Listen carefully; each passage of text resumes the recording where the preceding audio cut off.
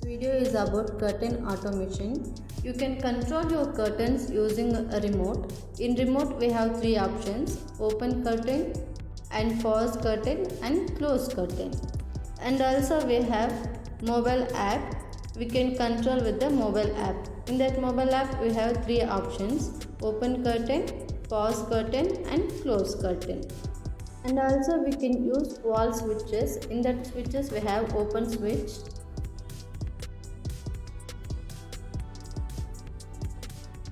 and close switch.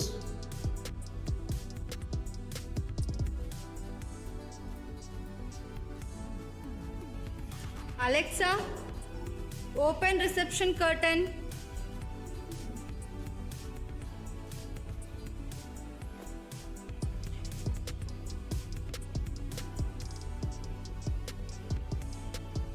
Alexa, close reception curtain.